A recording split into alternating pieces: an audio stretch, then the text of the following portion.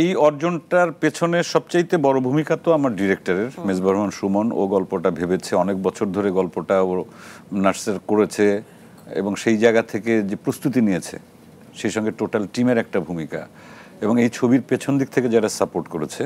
এই ছবি নিয়ে যে উন্মাদনা আমি দেখেছি রিলিজের পর, আমার সবচাইতে এই মানুষের কথা এখন আমি সঙ্গত কারণে আমাকে বলতে হবে, পিন্টুদা, অঞ্জন চৌধুরী পিন্টুদা। উনি এই ছবিটি আমার জানা মতে এসকেএসের 38 সিটের যে হলটা আছে, উনি বোধহয় 1 মাস কি 40 দিন উনি পার্সোনালি ওটা বুক করে রেখেছিলেন ওনার বন্ধু বান্ধব বিভিন্ন সবাইকে দেখানোর জন্য। এবং প্রায়শতেই আমাকে আবার বলতেন, চঞ্চল ফ্রি আসো কিনা, চলে আসো, আজকে অমুক আমার সাথে এরা দেখবে, আমার অমুক বন্ধুরা দেখবে, তুমি আসো।